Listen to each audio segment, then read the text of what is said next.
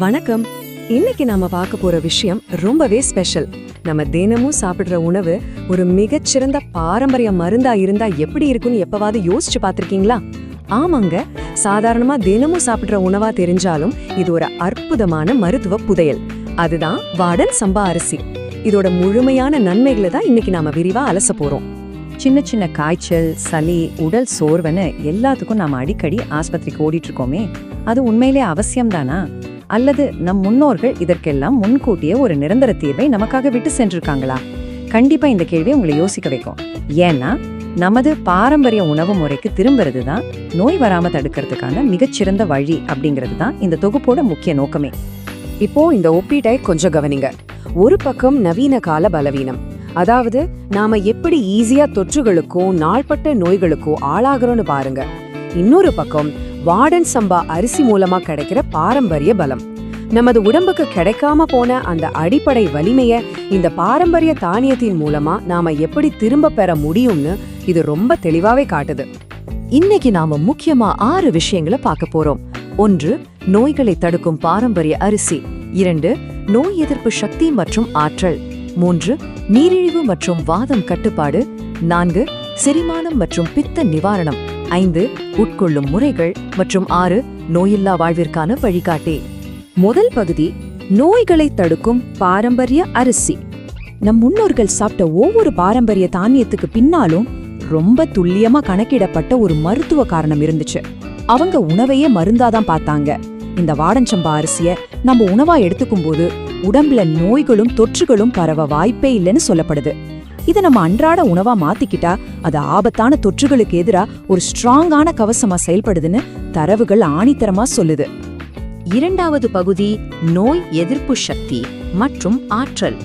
உடம்போட ஒட்டுமொத்த நோய் எதிர்ப்பு அமைப்பிற்கும் ஆற்றலுக்கும் இந்த அரிசி எப்படி பலம் சேர்க்குதுங்கிறதுல தான் இதோட உண்மையான மேஜிக்கே இருக்கு. இது வைரஸ் காய்ச்சலுக்கு எதிரான நம்மளோட முதல் அரணா செயல்படுது. உடம்போட இயற்கையான நோய் எதிர்ப்பு அமைப்பை இது உடனே அதிகரிக்குது. இதனால வெளியிலிருந்து வர எந்த ஒரு தொற்று நோயும் நம்மள நெருங்காம இது தடுத்து நிறுத்துது. சுருக்கமா சொல்லணும்னா நோய் வரத்துக்கு முன்னாடியே தடுக்கிற ஒரு சூப்பரான கேடயம் இது. மூன்றாவது பகுதி, நீரிழிவு மற்றும் வாதம் கட்டுப்பாடு. இன்னைக்கு இருக்கிற காலகட்டத்துல நம்மில் பலரும் சந்திக்கிற ஒரு பெரிய பிரச்சனை சர்க்கரை நோய் தாங்க. ரத்த சர்க்கரை அளவை சமாளிக்க போராடுறவங்களுக்கு வாடன் சம்பா ஒரு பாதுகாப்பான ஆரோக்கியமான சாய்ஸ். இது ரத்தத்துல உள்ள சர்க்கரையோட அளவை சீரா வச்சுக்க உதவுது. அதனால சர்க்கரை நோயாளிகள் எந்தவித பயமும் இல்லாம சாப்பிடக்கூடிய ஒரு மிக சிறந்த பாரம்பரிய அரிசி வகை இது. சரி, வாதம்னா என்ன?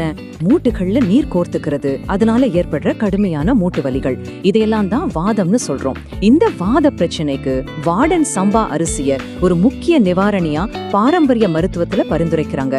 மூட்டுகள்ல தங்குற வாத நீரையும் வாத வலியையும் பெருமளவு குறைக்கிறதுல இது ஒரு அற்புதமான மருந்தா வேலை செய்யுது. நான்காவது பகுதி, செரிமானம் மற்றும் பித்த நிவாரணம். நம்ம உடம்புக்குள்ள நடக்கிற செரிமான அமைப்பையும் அதிகப்படியான உடல் உஷ்ணத்தையும் இந்த தானியம் எப்படி பேலன்ஸ் பண்ணுதுன்னு பார்க்கலாம். வாடன் சம்பா ரொம்ப ஈஸியா செரிமானமாகக்கூடிய ஒரு மென்மையான தானியம்.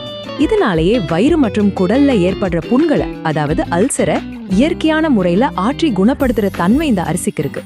செரிமான கோளாறு இருக்கிறவங்களுக்கு இது நிஜமாவே ஒரு வரப்பிரசாதம் தாங்க. பித்தம்னா என்னன்னு உங்களுக்கு தெரியும். உடம்புல ஏற்படுற அதிகப்படியான வெப்பம் அல்லது உள்ளுறுப்புகளின் சமநிலையின்மை. இதனாலதான் நிறைய பேருக்கு அடிக்கடி மயக்கம், தலை சுற்றல் எல்லாம் வருது.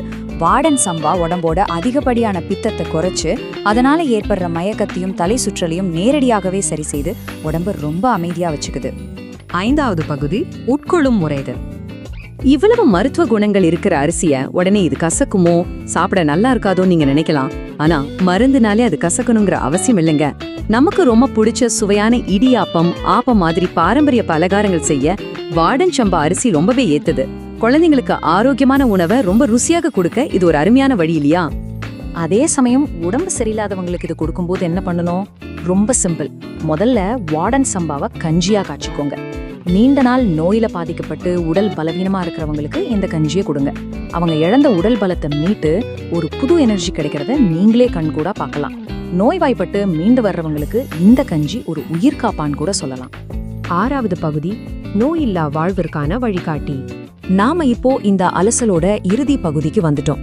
நம்மளோட சோர்ஸ் ஒரு ஆழமான கருத்து முன்வைக்குது. இந்த அரிசியை நாம் உட்கொள்வதால் மருத்துவமனைக்கு செல்ல வேண்டியதில்லை. இது 100% உண்மை அன்பு மக்களே. இந்த வார்த்தைகள்ல இருக்கிற ஆழமான அக்கறையை கொஞ்சம் கவனிச்சு பாருங்க. அன்பு மக்களே அப்படிங்கிற அந்த வார்த்தை இந்த உண்மையை நாம எல்லாரும் உணர்ந்துக்கணுங்கிற மாபெரும் ஆவலையும் அக்கறையும் தான் வெளிப்படுத்துது.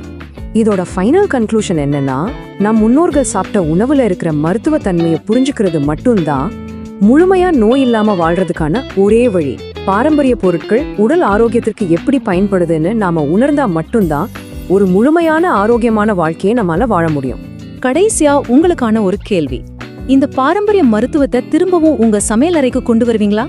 இந்த சூப்பரான தகவலை நீங்க மட்டும் தெரிஞ்சுக்கிட்டா பத்தாதுங்க. இது உங்க குடும்பத்தினர், நண்பர்கள்னு எல்லாருக்கும் போய் சேரணும். அதனால இது மாதிரியான நல்ல தகவல்கள் அடுத்தடுத்து உங்களுக்கு வந்து சேர இந்த தொகுப்பை எல்லாருக்கும் ஷேர் பண்ணுங்க. மறக்காம சப்ஸ்கிரைப் மற்றும் லைக் செஞ்சு வச்சுக்கோங்க. உங்களுடைய ஆரோக்கியமான பயணத்திற்கு வாழ்த்துக்கள். நன்றி, வணக்கம்.